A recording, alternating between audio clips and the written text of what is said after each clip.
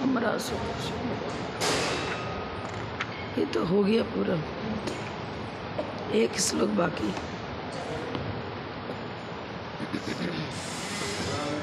एक अध्याय पूरा होने जा। मंगलम भगवान वीरो मंगलम गौतमो गणी मंगलम कुंद कुंदाद्यो जैन धर्मोस्तु मंगलम सर्वमंगल मांगल्यम सर्वकल्याणकारकम प्रधानम सर्वधर्मानां जैनम जयतु शासनम जैनम जयतु शासनम।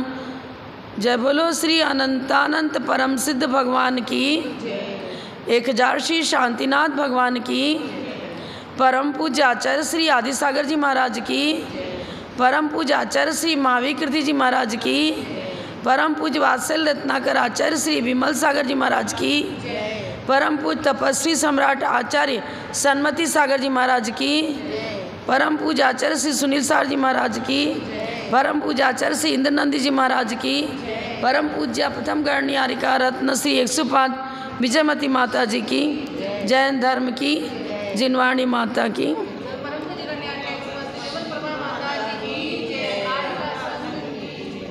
नमः श्री वर्धमानाय निर्धूत कलिलात्मने सालोकानां त्रिलोकानां यद्विद्या दर्पणायते।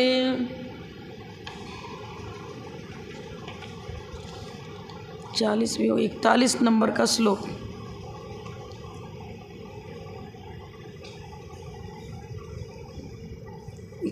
नंबर 41। देवेंद्र चक्र महिमान ममेयमानम राजेंद्र चक्र मवनीन्द्र शिरोर्चनीयम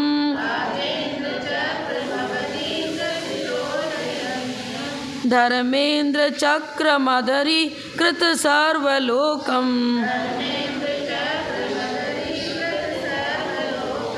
लब्ध्वा शिवं च जिनभ तिरुपैति भव्य।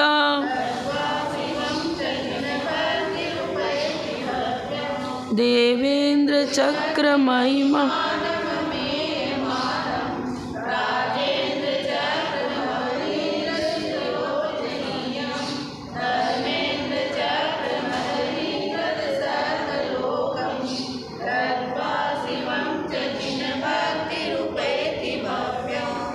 देवेंद्र चक्र। अब देवेंद्र से यहाँ सौधर्म आदि इंद्र लेंगे तो सभी सर्गों के जो इंद्र हैं उनका समूह, ये अर्थ हुआ देवेंद्र चक्र का। महिमान ममेय मानम, अमेय महिमा माने अपरिमित प्रतिष्ठा और ज्ञान। अमेय मानम, प्रमाण में मान शब्द है ना, तो इसका अर्थ प्रतिष्ठा भी है और ज्ञान भी है। तो इंद्र समूह की महिमा को प्राप्त होता है और ज्ञान की पराकाष्ठा को भी प्राप्त हो जाता है। कौन?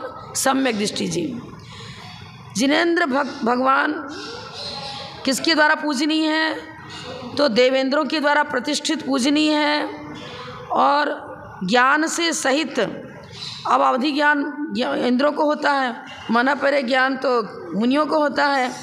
तो जिनका ज्येष्ठ और वरिष्ठ श्रेष्ठ ज्ञान है उनके द्वारा भी वो पूजित हैं और ज्ञान की पराकाष्ठा, केवल ज्ञान को वो व्यक्ति प्राप्त करता है जिसने सम्यक दर्शन को निरतिचार पालन किया है। सम्यक दर्शन का निरतिचार 8 अंग सहित जो पालन करता है वो सम्यक दृष्टि पुरुष अपरिमित प्रतिष्ठा और ज्ञान से सहित इंद्र समूह की महिमा को प्राप्त करता है। फिर अवनिंद शिरोर्जनियम, मुकुटबद्ध राजाओं के मस्तक के द्वारा पूजनीय होता है। राजेंद्र चक्र, चक्रवर्ती के चक्र रत्न को प्राप्त करता है। अधरीकृत सर्वलोकम, समस्त लोक को नीचा करने वाले अर्थात डिफीट कर देने वाले, अधरीकृत कर देने वाले ऐसे तीर्थंकर पद को भी प्राप्त करता है। धर्म चक्र के प्रवर्तक तीर्थंकर पद को प्राप्त करके शिवम उपैति मोक्ष सुख को प्राप्त करता है। ये श्लोक का अर्थ हुआ। क्या बताया उन्होंने? जिन्हें भगवान की जो भक्ति करते हैं, ऐसे भव्य सम्यक दृष्टि जीव अमेय मानम, अपरिमित प्रतिष्ठा, अपरिमित ज्ञान जिनका है, उनके द्वारा भी पूजनीय बनते हैं। अब अपरिमित ज्ञान से यदि सांसारिक दृष्टि से देखें तो अपरिमित ज्ञान का मतलब देवों की अपेक्षा से तो अवधि ज्ञान लेना पड़ेगा, और मनुष्य भाव में मुनिराज है, उनको अवधि ज्ञान मना परे ज्ञान दोनों होता है, और केवल ज्ञान तो केवली को ही होता है। अब केवली तो पूज्य है, और पूजक कौन है? संसारी जीव। तो संसारी जीवों में देवेंद्रों के द्वारा पूजनीय है, मुनिंद्रों के द्वारा भी पूजनीय है, और मुकुटबद्ध राजाओं के मस्तक के द्वारा पूजनीय है, राजन चक्रवर्तियों के द्वारा पूजनीय है। फिर इन सब जितने भी संसारी जीव हैं और उच्च पदाधिकारी हैं, वो सब जिनेंद्र भगवान की पूजा करते हैं, अर्चना करते हैं, और इस सम्यक दर्शन के प्रभाव से उसका फलादेश क्या निकलता है? वो स्वयं तीर्थंकर बन जाता है, धर्मचर्य का प्रवर्तक बनता है, और मोक्ष सुख को प्राप्त कर लेता है। ये है सम्यक दर्शन की महिमा। अब प्रश्न उठता है कि सम्यक दर्शन की महिमा तो हमने जानी, पर ये लौकिक सुख की चर्चा क्यों करी? लौकिक सुख ही है, चक्रवर्ती का सुख भी तो इंद्रियजन सुख है, और बड़े बड़े मुकुटबद्ध राजा महाराजा हैं, उनकी भी लौकिक विभूतियाँ दिखाई जा रही हैं, और भी बता रहे अपरिमित प्रतिष्ठा तो बड़े बड़े नेताओं को मिलती है। लेकिन यहाँ पर धर्माचरण से तो लौकिक सुख की चाह होती नहीं है। तो यहाँ विशेषता यही बताई जा रही है कि लौकिक सुख की जो चाह करता है वो तो सम्यक दृष्टि होता ही नहीं है। सम्यक दृष्टि लौकिक सुख की चाह कभी भी नहीं करता है। उसको लौकिक सुख श्रेष्ठ अच्छा से अच्छा मिलता है, लेकिन चाह नहीं रखता। चाह करे तो उसको ना चक्रवर्ती पद मिलने वाला है, ना सौधर्मादि इंद्र पद पर मिलने वाला है। सौधर्म इंद्र सामान्य व्यक्ति नहीं बन पाता, जो दिन रात व्यापार में घरों धंधा में लगा हुआ है, कितनी भी जिनेंद्र भक्ति करो, लेकिन इंद्रिय सुख की यदि अभिलाषा है, पनप रही है तीव्रता से, तो उसको सौधर्म इंद्र का पद नहीं मिलता। जो एक भावावतारी होते हैं, ऐसे इंद्र पद को वही प्राप्त करते हैं जो संसार शरीर भोगों से विरक्त हैं। उल्टा ही है यहाँ तो, चाह करोगे तो मिलेगा नहीं, और छोड़ोगे तो मिलेगा। ये है विशेषता समय से, क्योंकि सम्यक दृष्टि का स्वरूप समय सार नियम सार वगैरह में क्या बताया है? सम्यक दृष्टि भवति नित्यम ज्ञान वैराग्य शक्ति। उसका वैराग्य उत्तरोत्तर बढ़ता हुआ होना चाहिए, जब उसका सम्यक दर्शन भी बढ़ता हुआ होगा। तत्वार श्रद्धानम सम्यक दर्शनम, पर द्रव्यन ते भिन्न आप में रुचि सम्यक तो भला है। रुचि निज आत्म तत्व पर, आत्मिक गुणों पर रुचि होनी चाहिए। और जिसका सम्यक दर्शन बहुत निर्मल है, 8 अंग से सहित जो सम्यक दर्शन का पालन करता है, उसका तो निकांक्षित दूसरे में ही बता दिया, निसंकित फिर निकांक्षित। भोगों की इच्छा नहीं होना निकांक्षित अंग में, तो मतलब सम्यक दृष्टि जीव भोग तो भोगता है, लेकिन उसकी चाह नहीं रखता है। आवश्यक आवश्यकता की पूर्ति करता है, विलासिता में नहीं पड़ता।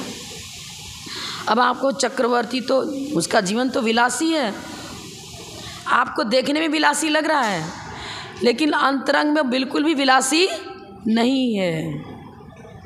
घर में करोड़ों की संपत्ति पड़ी है, पुण्य से मिला, चक्रवर्ती पद है, तो उसको सोना चांदी हीरा मोती माणिक ये सब वैभव तो उसके पुण्य से प्राप्त हो जाते हैं। प्राप्त उपस्थिति मात्र से हम ये नहीं लेंगे कि उसकी कसाई भी उग्र है, पुण्य से मिला है। अब आप सोचो, शांतिनाथ कुंतना अरनाथ भगवान चक्रवर्ती भी थे, कामदेव भी थे, और तीर्थंकर भी, तीनों प्रकार का बंद करके आया और यहाँ बन गए, तीनों पद के धारी बन गए। लेकिन उनकी भूमिका देखो आप, तो हमेशा न्याय नीति से राज्य का संचालन किया और सात्विक जीवन व्यतीत किया। भोगों के प्रति अनुराग नहीं। ये भले ही राजा महाराजा थे, लेकिन जैन धर्म के अनुसार ही इनका आचरण था। प्रारंभ से ही खान पान, रहन सहन, वेशभूषा सब सात्विक थी। अभक्ष भक्षण नहीं करते थे। कई पुस्तक में पढ़ा क्या कि वो चक्रवर्ती आलू मूली गाजर खाता था, रात्रि भोजन करता था, मांस मध्य मांस मधु का सेवन करता था। आज के राजाओं में पढ़ा जा सकता है, लेकिन जितने पहले राजा महाराजा थे और ख़ास करके जो जैन धर्मावलंबी थे, उनका तो कहना ही क्या, बहुत श्रेष्ठ आचरण होता था। जैसे कीचड़ में रहकर कमल उससे अलग रहता है। आपको बताया था ना कि एक बार एक ऐसे कथानक मिलता है कि राजा क्या करते थे, कभी भी सामान्य वेश में अपने नगरों का अन्वेक्षण निरीक्षण करने के निकलते थे। एक बार कोई राजा था, वो अपनी महल की छत पर खड़े खड़े देख रहा था, अर्धरात्रि को निरीक्षण कर रहा था।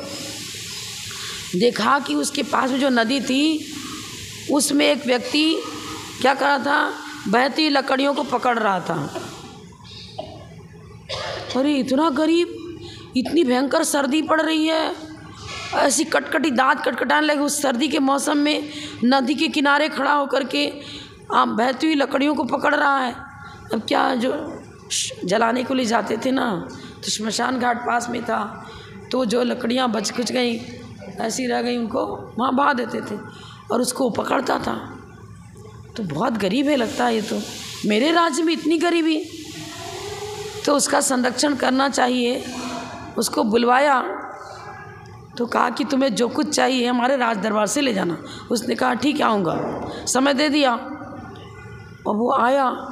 तो उसने कहा कि मुझे कुछ नहीं चाहिए, मेरे पास एक बैल है, उसी क्वालिटी का मुझे एक बैल और चाहिए, और कुछ नहीं चाहिए।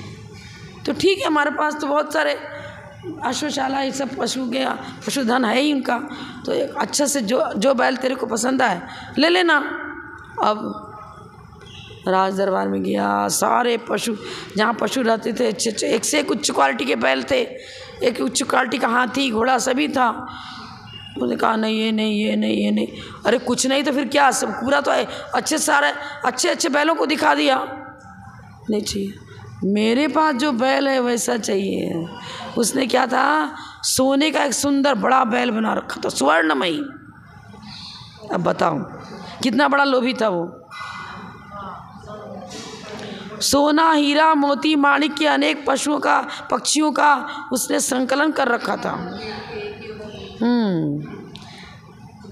खाना भी एक टाइम खाता, एक दरिद्री जैसे कपड़ा पहनता है, फटा चिटा वो पहने था, भूख प्यास की वेदना सहन करता, पूरा भरपेट भोजन भी नहीं करता और इकट्ठा करता रहता। सोना चांदी हीरा मोती माणिक इकट्ठा करके भर रखा था। राजा ने कहा ठीक है, अपने कर्मचारी को भेजते हैं, तुम्हारा बैल कैसा देखूंगा। वो कर्मचारी आया तो अरे वाह, इसके यहाँ तो देखो इतना धन तो राजा के पास नहीं होगा जितना धन इसने भर रखा है। राजा के पास सब बात कह दी तो राजा स्वयं गया। अब ये तो इसको कुछ ना कुछ शिक्षण देना पड़ेगा, सज़ा भी देनी पड़ेगी। ये गरीब तो है नहीं, मेरे राज्य में इस तरह का धन संग्रह करना, स्वयं भूखे रहना, ये करना, ये तो तीव्र नरक आयु के बंध का कारण है। तो ये इसको तो समझाना पड़ेगा, कुछ शिक्षा देनी पड़ेगी। आया तो पत्नी सोचने लग गई कि भाई राजा मेरे घर में आया है तो उसकी आगवानी बहुत अच्छे से करनी चाहिए। तो थाल भर के उसमें स्वर्ण मुद्राएं रखी उसने, और राजा के सामने सोने का थाल और उसमें स्वर्ण मुद्राएं सब रख करके उसको भेंट किया राजा को। अब ये तो उसको देख करके अरे क्या कर रही मेरी पत्नी, और वर्षों का जो मैंने संकलन, कितनी कठिन मतलब परीक्षा सहन करके मैंने धन इकट्ठा किया था, सर्दी में गर्मी में कहाँ भी जाता, काम करता, मजदूरी करता, और ये राजा को लाकर भेंट कर रही है। तो उसको तो मूर्छा आने लग गया, चक्कर आने लग गया, बेहोश होने लग गया। पत्नी तो कुछ नहीं देख रही है, तो राजा को भेंट कर दिया उसने। राजा ने कहा, ये स्वर्णमयी बैल, इतना हीरा मोती माणिक सब तुम्हें स्वर्ण में पक्षियाँ भी जो रचना उसने जो सजा रखी थी वो सब स्वर्ण में हीरा मोती माणिक से बने हुए जड़े हुए इसमें हीरा। कहा, धन्य हो तुम, शायद तेरे ऐसा व्यक्ति मेरे राज्य में कोई भी नहीं होगा। ये सब कुछ सीखे रखो, लेकिन इतना तीव्र लोभ कि भोजन भी पेट भर के नहीं करना, वस्त्र भी नहीं पहनना ठीक से, और इस प्रकार से तुम क्रिया करते हो, तो एक राज्य के लिए ये तुम्हारा जीवन शोभनीय नहीं है, श्रेष्ठ नहीं है, गलत का है तुम्हारा जीवन, ऐसा नहीं होना चाहिए। और वो किसी बात पे स्वीकार नहीं किया उसने, तो उसकी पूरी संपत्ति राजा ने अपने पास ले ली और हाय हुई करके मर गया और दुर्गति का पात्र बना। कितने लोग ऐसे भी हैं, सुबह मंदिर मुश्किल से आए तो आए, नहीं तो सीधे दुकान खोली, बस सो के देर से उठते हैं, सीधे चाबी उठाई दुकान गए, समय मिला तो रात में आए, ठीक है दर्शन कर लिया, कोई विशेष पर्व रहा तो आए। बड़े बड़े स्थलों में, आपका राजस्थान की चर्चा नहीं कर रही हूँ, राजस्थान में तो बहुत अच्छी भक्ति है, मंदिर पुरुषों से भरा रहता, अभिषेक करना सब है ना। और कई जगह ऐसा भी है कि लोग नमोकार मंत्र भी नहीं जानते, लग्जरी लाइफ है। माता पिता ने भी शिक्षण वैसा नहीं दिया, कुछ नहीं, ऐसे पढ़ा लिखा के बस सर्विस, कोई धार्मिक शिक्षण ही नहीं दिया। अब आप सोचो, पूर्वकृत कुछ पुण्य था, चाहे वो निरतिशय हो या सातिशय, जो भी हो, पूर्वकृत था ना, और वर्तमान में उसका सदुपयोग नहीं हो रहा है पुण्य का, तो पापानुबंधी पुण्य हुआ। एक पुण्यानुबंधी पुण्य होता है और एक पापानुबंधी पुण्य होता है। पुण्यानुबंधी पुण्य का अर्थ है पिछला पुण्य किया था, उससे वैभव मिला, और इस वैभव का फिर सदुपयोग किया, दान में लगाया, धर्म में लगाया, उसको प्राप्त करके उसके माध्यम से फिर पुण्य ही कमा रहे हैं, तो उसको कहते हैं पुण्यानुबंधी पुण्य। सम्यक दृष्टि जीव पूर्वकृत पुण्य से श्रेष्ठ कुल को प्राप्त करता है, वैभव को प्राप्त करता है, और उस वैभव का पंचेंद्रिय विषय भोगों में सेवन में नहीं लगाता। आवश्यकता की पूर्ति तो करेगा ही, भोजन भी करेगा, वस्त्र भी चाहिए, आवास भी चाहिए, लेकिन विलासिता उसके जीवन में नहीं पनपती और दान में लगाता है। उत्कृष्ट तो हम कुंदाचार्य बताते हैं, अपने इनकम का चौथा भाग तो दान में लगाओ, नहीं लगा सकते तो आधा लगाओ, और कुछ भी नहीं कर सकते दसवां भाग तो लगाओ ही लगाओ। यदि 10वां भाग भी दान में नहीं लगाते हो तो निर्माल्य सेवन का दोष लगेगा और वह व्यक्ति पाप का बंद करते हुए दुर्गति में चला जाता है। आपको निर्माल कैसे होगा? वेदी में थोड़ी चढ़ाया था। अरे वेदी में नहीं चढ़ाया मान रहे हैं, लेकिन विलासी जीवन हो गया जो दशमांश भी आप धर्म के खाते में नहीं डाल रहे हो। ये विलासिता दुर्गति में ले जाती है। दानम पूया मुखम सावय धम्मो न सा दानम पूया मुखम सावय धम्मो तम बिना तहा सोभी। फिर धानत जयम जदि धम्मम तम बिना तहा सोई, ऐसे करके एक श्लोक है, देख लेना। और विशेष दान और पूजा श्रावक का मुख्य धर्म है और ध्यान और अध्ययन साधु का मुख्य धर्म है। ध्यान अध्ययन करना, वो श्रावक 2 कौड़ी का जिसके पास 2 कौड़ी ना हो, और वो साधु 2 कौड़ी का जो 2 कौड़ी भी रखता हूँ। परिग्रह त्याग है ना हमारा, तो आपका परिग्रह त्याग नहीं है, देशव्रत है, श्रावक धर्म है। तो दान कैसे करेगा? दानम पूया मुखम बता रहे हैं, होगा तभी तो दान करेगा, है ही नहीं तो कैसे दान करेगा?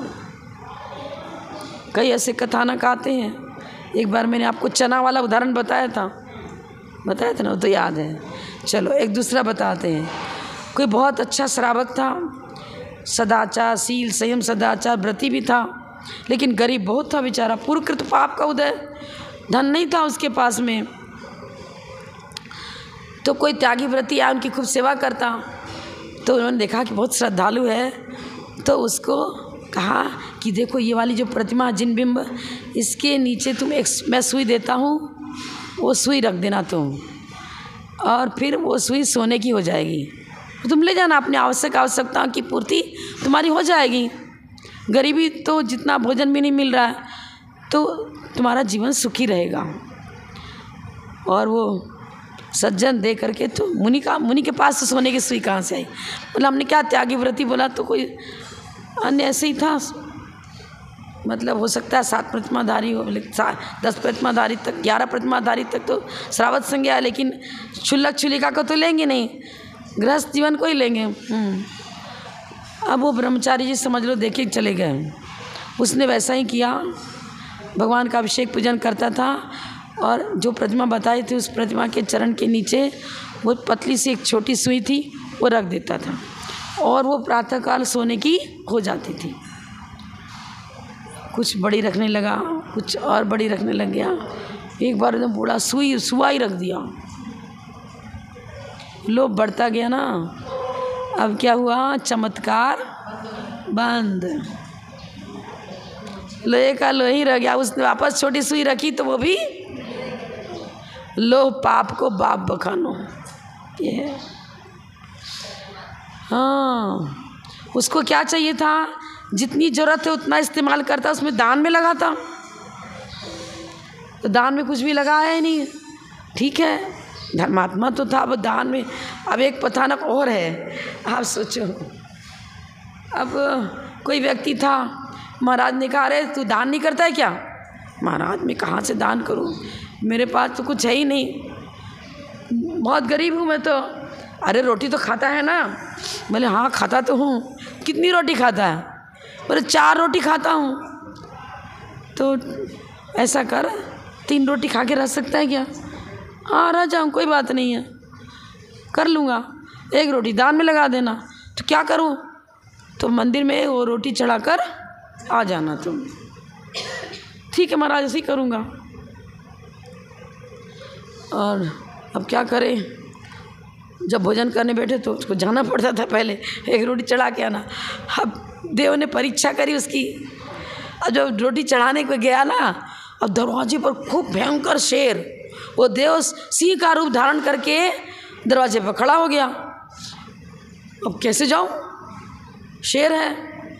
अब मैं तो भाई खेत में जाना है, खेती करना है, और ये तो शेर हट ही नहीं रहा है, मेरी तरफ ही देख रहा है। जो होगा देखा जाएगा। मुझे देव दर्शन का नियम ले लिया था ना, अब डायरेक्ट खेत में चले जाए तो व्रत मेरा भंग होगा। अपने व्रतों का पालन करना बहुत ज़रूरी है। महाराज ने कहा था प्राण जाए पर व्रत नहीं जाना चाहिए, तेरा व्रत का पालन करना। व्रतों का नमो हरियंताणम बोलते हुए तो नमोकार मंत्र का बोलना, जो से उच्चारण किया, और शेर तो रह गया ऐसे ही, कुछ भी नहीं कर सका। मंदिर में गया और रोटी चढ़ा करके वापस लौट के भी आ गया, शेर तो विलीन हो गया। देव था। अब घर गया तो क्या हुआ, उसके घर में पूरा जगमग जगमग जगमग सोना चांदी सब जगमग करने लग गया। देवकृत अतिशय परीक्षा ली, अपने व्रतों का रक्षण किया।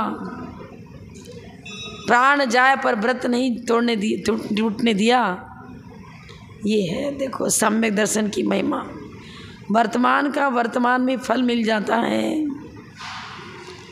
और हम क्या करते हैं, घर में कोई मेहमान हो गए तो देखेंगे दोपहर को चले जाएंगे मंदिर, अभी तो जा ही नहीं पाएंगे। अब शादी है, बच्ची की शादी है, सुबह शाम तक सब काम में लगे हुए हैं। प्रातःकाल इतने मेहमान आए हैं, सबको नाश्ता पानी कराना है, ये कराना है। अब कहाँ से मंदिर जाएं? कुछ नहीं। अरे मेरा नियम थोड़ी था देव दर्शन का, जाते थे रोज मंदिर, लेकिन क्या है सम्यक दृष्टि। सामान्य श्रावक का क्या बताया है, मूल गुणों में कहीं कहीं ये भी बताया है, देव दर्शन करना, पानी छान कर पीना, रात्रि भोजन नहीं करना, अनेक प्रकार मूल गुणों की चर्चा करिए।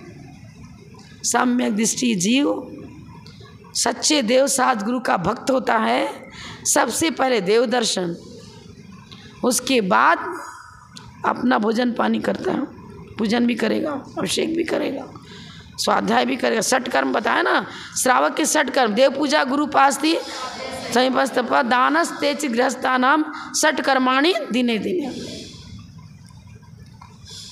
तो अब सोचो हम क्या कर रहे हैं। अरे पंचम काल में मोक्ष नहीं जा सकते तो सम्यक दर्शन को तो निर्मल बना सकते हो। अजैन भी रात्रि भोजन त्याग करके, त्रियंच भी रात्रि भोजन नहीं करेंगे, व्रतों का पालन करके स्वर्ग में जा रहे हैं और निकट भव मोक्षगामी बन जा रहे हैं। वर्तमान युग में तो आप बहुत सारी कहानियाँ पढ़ चुके हो, जानते हो। एक बार बताया था, और अंग्रेज मतलब वो भी उसने, हाँ प्राण चले गए लेकिन उसने व्रत नहीं तोड़ा, रात्रि भोजन नहीं किया। श्रीगाल है, वो भी वो नीलमणि की सीढ़ियाँ थी तो समझ नहीं पाया, समझा रात हो गया तो प्यास लगी थी लेकिन पानी नहीं पिया, ऊपर नीचे करता रहा जब तक सूर्यास्त भी हो गया। प्यास की वेदना से मरण किया लेकिन व्रत को नहीं तोड़ा, देवपर्या में जाकर उत्पन्न हुआ। तो ये सम्यक दर्शन है क्या? आचरण को सुधारना। अब हम श्रद्धा तो करते हैं, श्रद्धा श्रद्धा, कोरी श्रद्धा दिखावा नहीं है वो। यदि आचरण नहीं सुधर रहा है तो स्वयं को भी ठगना और दूसरे को भी ठगना और भगवान को भी ठगना हो गया। करोड़ों नारियल चढ़ा दिए, खूब बादाम किशमिश अखरोट काजू किशमिश सब थाल भर भर के शिक्षक विधान हो रहा है, बड़े राज सेठ हैं उनके द्वारा। और 10 लक्षण व्रत भी किया, उपवास भी किया। फिर यहाँ तो 10 दिन खूब अच्छे धूमधाम से सब कुछ किया, लेकिन पूर्व भूमिका देखो और अगली भूमिका देखो तो 0/100 क्या हो रहा है। ऐसे हमने कई लोगों को देखा, आपके राजस्थान की चर्चा नहीं कर रहे हैं, 10 उपवास करते हैं और पारणा में चाहिए उन्होंने चिप्स, आलू की चिप्स खा रहे हैं, बाज़ार से नमकीन आ रही है, बाज़ार से इडली बाज़ार की वो खाने में बहुत सॉफ्ट होती है, अच्छी होती है। क्या क्या कर रहे हो। तिजारा में हम लोग थे तो 1 जनवरी का, अब ऐसे हम लोग तो दर्शन के लिए पहुँचे थे, कोई 1 जनवरी थोड़ी मनाना था।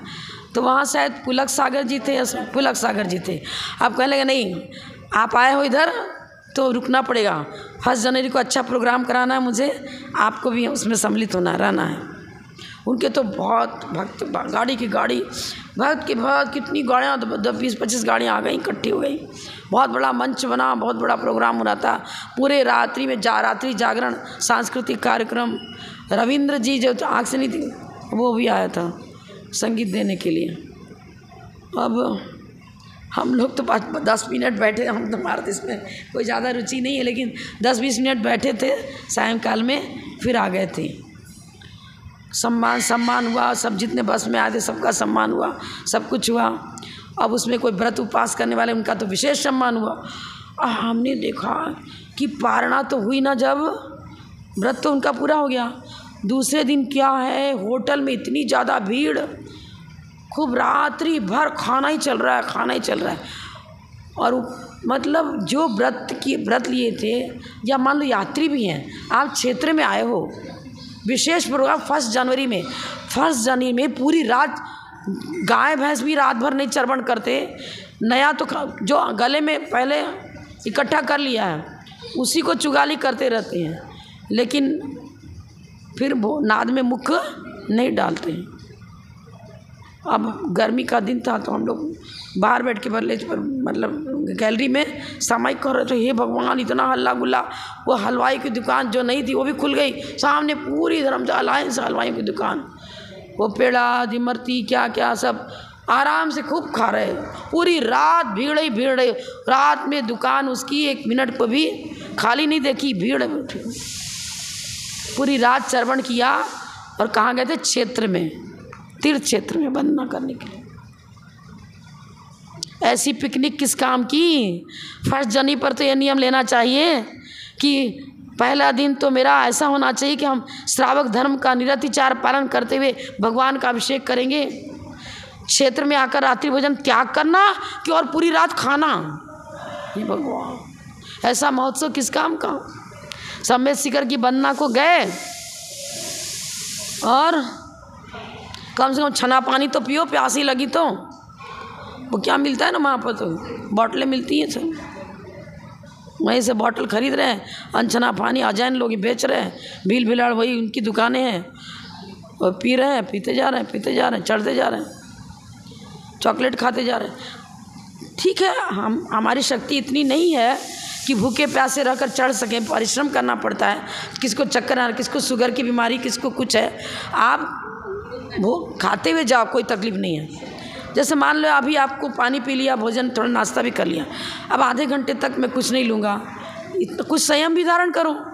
ठीक है, जब तक फिर वापस जब तक मतलब कुछ व्याकुलता नहीं होती है, प्यास की वेदना जब तक नहीं होती, हम सहन करेंगे और चढ़ेंगे। अरे नहीं, कुछ भी नहीं, सब प्याज उसमें मिला हुआ है, और आलू की टिक्की, और ये सब क्या शकरकंदी क्या क्या सब चल रहा है। टोटल सलाद बनाते हैं, उसमें बहुत सारी ऐसी प्याज लहसुन प्याज तक डाल रखा है, और सब खा रहे पहाड़ से उतर करके। पार्श्वनाथ भगवान की टोक से उतरो, चालू पूरा एकदम। तो ठीक है, सहनशीलता के अनुसार हम उतना उत्कृष्ट व्रत नहीं ले सकते कि पूरे पहाड़ की वंदना भूखे प्यासे करें। नहीं कर पा रहे हो तो अपने पास ड्राई फ्रूट्स रख लो, अपने थैले में रख लो, जल अपना खुद रख लो। न चढ़ नहीं पा रहे हो तो कम से कम जो अंधर नाला आता है, शीतल नाला आता है, वहाँ से पानी भर के छान करके पी लो, पात्र ले लो, कैसे भी करो। कोशिश तो ये होनी चाहिए कि हम छान करके ही पानी पिए। अब मान लो कि आपको शुद्ध जल का त्याग नहीं है, वहाँ से जल ले भी रहे हो, तो कम से कम कपड़ा तो रखो, छान करके तो पियो, अभक्ष भक्षण तो न करो। नहीं तो सम्यक शिखर की वंदना जो पुस्तक में लिखा है, एक बार बंदे जो कोई ताहि नरक पशु गति नहीं, ये उसके साथ लागू होगा क्या?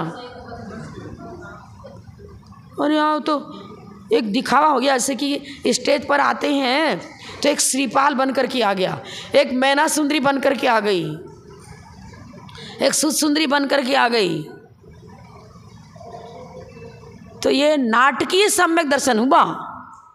नाटकीय सम्यक दर्शन मतलब ठीक है, हम मंदिर रोज जाएंगे, भगवान की पूजन रोज कर लेंगे, लेकिन पूजा गुणानुराग को पूजा कहते हैं। आचरण में यदि श्रेष्ठता और ज्येष्ठता नहीं आई तो बाहर का लेप है दिखावा, मंच पर रिहर्सल करना।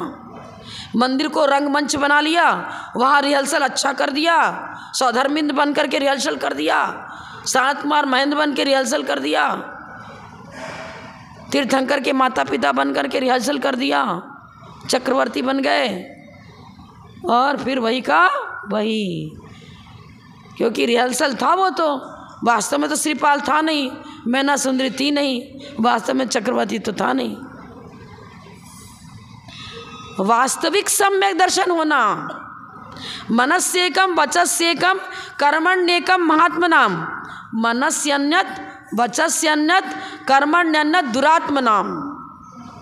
ये दुर्जन के लक्षण है। मन में कुछ, वचन से कुछ, शरीर से कुछ, आचरण से कुछ, और मंदिर में आकर हाँ भगवान जय हो, तुम्हारी जय हो, जय हो, जय हो। भगवान की तो जय हो चुकी, उनको क्या तुम जय करोगे? स्वकीय जय करने के लिए भगवान का जय जयकार लगाते हैं। हमारा जीवन भी जयवंत बने, हम भी त्यागी व्रती बने, हम भी मोक्ष मार्गी बने, इसलिए जयकारा लगाते हैं। भगवान को प्रसन्न करने के लिए जयकारा, और जयकारा मात्र वचन से हो रहा है, और अंतरंग में परिणामों की विशुद्धि रंच मात्र भी नहीं है, तो वो जयकारा सम्यक शिखर पर क्या करते हैं? वो शराब भी पीते हैं, भीख मांगने वाले, कटोरा लेके पैसा दे दो, पैसा मांगने के लिए क्या केसरिया पारसनाथ, सांवलिया पारसनाथ, जगत में भला विराजो, शिखर पर भला विराजो जी। अच्छे अच्छे ट्यूनिंग से गाते हैं, आप भी यहाँ ट्यूनिंग से खूब पूजा कर लेते हो, ठीक है। हम कोई आपकी निंदा नहीं कर रहे हैं, एक सिद्धांत रख रहे हैं कि आप कुछ ना कुछ, भाई हम चलो नाश्ता करके मंदिर आ रहे, कोई तकलीफ़ नहीं है।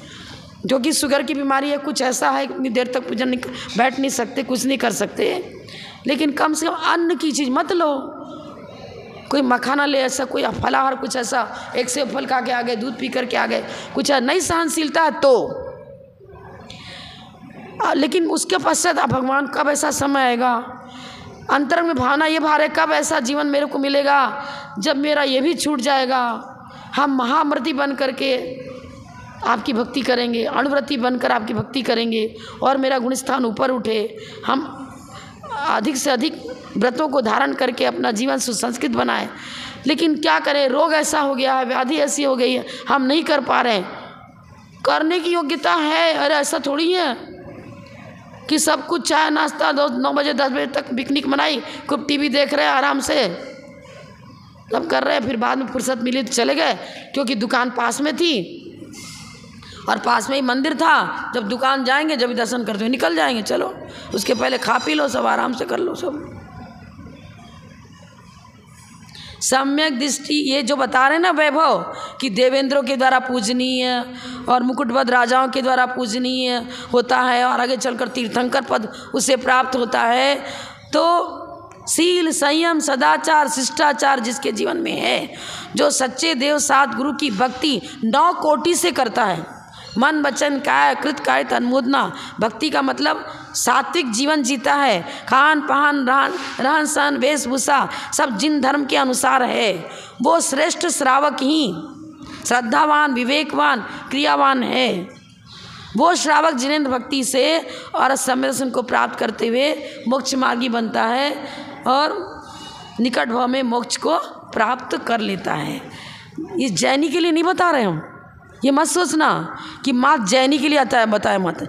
किसी भी हम कर रहे हैं सडल कास्ट में ही पैदा हुआ है, चांडाल तो एक तरह से नीच गोत्री था और देवों के द्वारा पूजनीय हो गया, मात्र इसलिए कि अष्टमी चतुर्दशी को हिंसा नहीं करूँगा, बताओ, तब भी इस प्रकार का अतिशय पैदा हो गया। और एक धीवर, बताओ कितना ही नियम लिया था कि जाल में पहली मछली आएगी उसको नहीं मारूंगा। उस व्रत के प्रभाव से क्या हो गया, प्रकार नहीं, प्राण जाए पर व्रत नहीं जाएगा। क्या हुआ, देवों ने परीक्षा ली, बहुत सुंदर कॉस्ट, बहुत अधिक मूल्य मिले, ऐसी मछली पहली जाल में आ गई व्रत लेने के बाद। और उसके एक दुपट्टे में से एक चिंदी फाड़ी और उसके कान में बांध दिया, भाई इसको तो अभयदान देना है, छोड़ दिया। सुबह से शाम तक जाल बिछाता रहा, लेकिन वही मछली आ रही थी। भूखा रहा, घर में खाली हाथ गया, पत्नी बहुत क्रूर थी, गालियाँ वालियाँ दे करके धक्का दे के बाहर निकाल दिया। अब क्या करे, बाहर एक चट्टान पड़ी थी, उसी पर सो गया। एक काला नाग आया और उसको डस गया, मर गया। सवेरे पत्नी देखती है सो रहा होगा और क्या, अरे ये तो मर गया।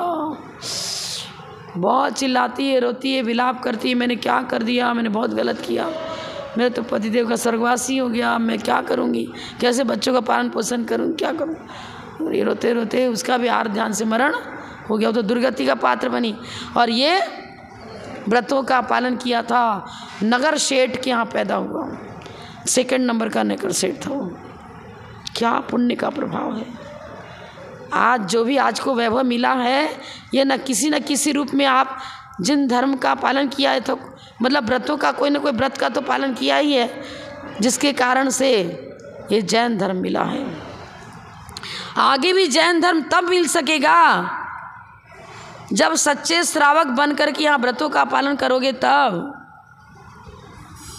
बच्चों को भी कुछ सिखाते ही नहीं है, उनको प्रयास तो करो, भैया शाम को ही भोजन देंगे तुमको, ठीक है, नियम नहीं ले पा रहे हैं उनको, अगला भैया कब कैसी स्थिति आ जाए, व्रत नहीं दिया जा रहा है, लेकिन प्रयास तो करो कि हाँ उनको ऐसा ऐसे कुछ कहानियाँ सुनाओ, ऐसा उनको कुछ संस्कार दो जिसकी उनके मन में खुद आ जाए कि हाँ मुझे रात्रि भोजन नहीं करना है।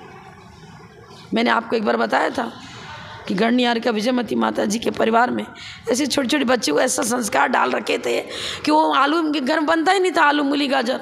अब वो भोजन करने के लिए दूसरे किसी के यहाँ गए और विवाह में आलू की सब्जी परस दी। अब वो तो रोना चालू, बहुत गंदे हैं, बहुत गंदे हैं, तुमको भी नहीं आ रहने देंगे। अरे खाएंगे नहीं पर रहेंगे तो सही, नहीं रहना ही नहीं, गंदे लोग हैं। एक गंदे लोगों के मकान में लेकर आए क्यों तुम? ये गंदी चीज़ खाते, बहुत गंदे हैं, यहाँ रहना ही नहीं, चलो। अब माँ बाप सबको लेके चले गए घर, वहीं माँ बाप को वहीं भोजन बनाना पड़ा, बच्चों को खिलाना पड़ा से।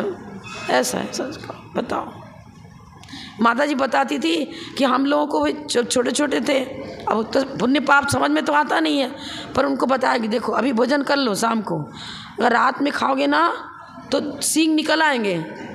आप सींगधारी को तो हम अपने मकान में रखते नहीं हैं, वो अलग गाय भैंस का बना हुआ है, वहीं बांध देंगे तुमको, घर में नहीं रखेंगे। और चारा डालते हैं, तुमको वही मिलेगा खाने को, खाओ, रात में सींग निकल आएंगे। अब कभी कभी चोरी से मान लो किसी के यहाँ गए और कुछ अन्न की चीज़ चोरी, वो टटोलते ऐसा तो नहीं, सींग निकल गया मुझे तो भाई, ऐसा नहीं सींग निकल गया, हाँ डर कि नहीं खाना है, आज कल फिर निकल आएगा तो क्या करेंगे। आज के बच्चे तो बहुत तर्क करेंगे, निकलेगा तुम कैसे कहते हो, निकल ही नहीं सकता, और जान करके खाएंगे रात में और देखेंगे कहाँ निकला, देखो फिर कहेंगे देखो तुम झूठ बोलते हो, कहाँ निकला सींग। ये है अब तो। आचार्य विमल सार महाराज की जीवनी में ऐसा लिखा है कि वो जब विद्यालय में पढ़ते थे मुराना में, तो इमली का पेड़, ये सब पेड़, तो उसमें ज़्यादा व्यंतरों का निवास होता है। तो बच्चों को शिक्षक बोलते थे देखो रात में उधर नहीं जाना, तुम लोग खेलने कूदने के लिए वहाँ नहीं बैठना, सब अपने अपने कक्ष में बैठना। क्यों ऐसा क्यों भाई? और वहाँ रात में भूत आता है, और वो भूत बहुत पीड़ा देने वाला होता है, भूत पकड़ लेगा ना तो पागल हो जाओगे, फिर हम तो घर भेज देंगे, पढ़ाई नहीं कराएंगे तुम्हारी। अरे यार ऐसा है क्या? तो कोई बच्चे डर गए, नहीं जाते थे। और विमल साहब महाराज ने कहा भूत करते हैं, भूत होता कौन, एक बार देखना तो चाहिए। सो वो छिप कर किसी को बताया नहीं, चुपचाप जाके इमली के पेड़ के पर झाड़ के बीच में छिप के बैठ गए। अब पूरी रात वहीं बैठे रहे, नमोकार मन जपते रहे। अब भूत को देखना था, भूत कैसा होता है, वो आया ही नहीं भूत। तो शिक्षक जी को कहने लगे दूसरे दिन, अरे भूत कैसा होता मुझे देखना था, तो मैं तो पूरी रात वहाँ बैठा, भूत तो आया ही नहीं। अरे कमाल का है तो तू बहुत बलिष्ठ है, आत्मबली है, तेरे को भूत नहीं दिखेगा। जो आत्मबली नहीं है ना उनको पकड़ता है भूत, तुम्हें नहीं पकड़ पाएगा। एक व्यक्ति, एक सन्यासी आया, सन्यासी लोग अजैन लोग घुस जाते हैं विद्यालय में, तो क्या कुछ भिक्षा वृत्ति मांगने के लिए। वो जटाधारी था, और इनको तो पता नहीं कुछ दैविक शक्ति बचपन से ही थी कि क्या था।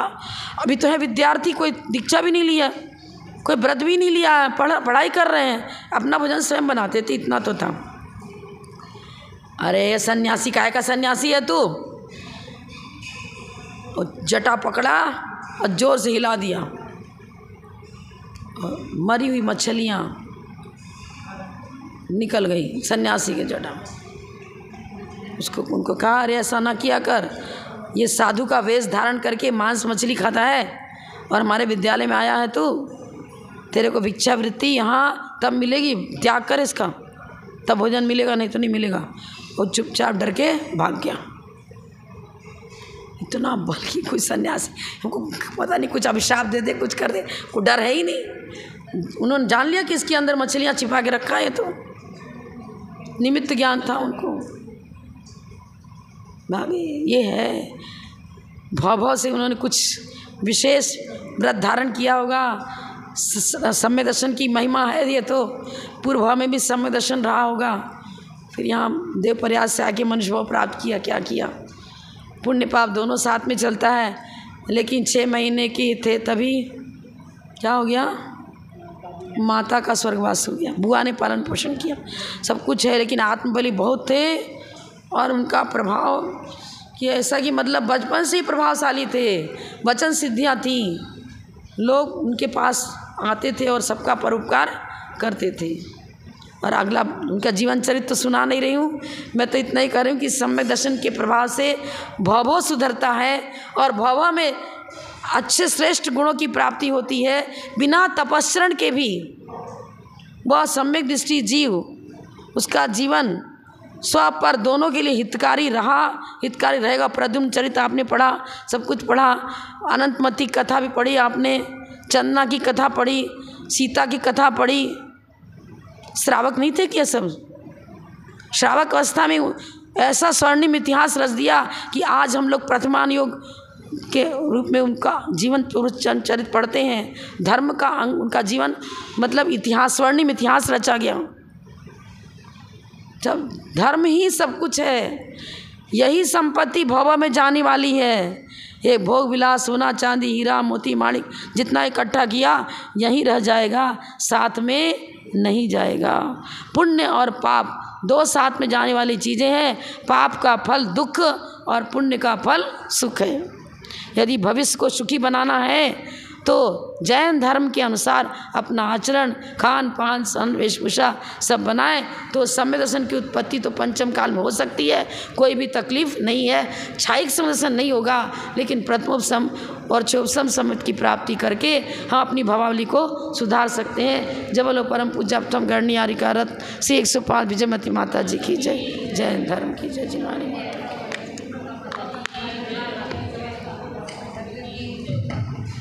माता भगवान की पटगनी आकर समान माता जी की रूप यौवन संपन्ना विशाल संभवा विद्या ज्ञान सौभाग्य निर्गंधा।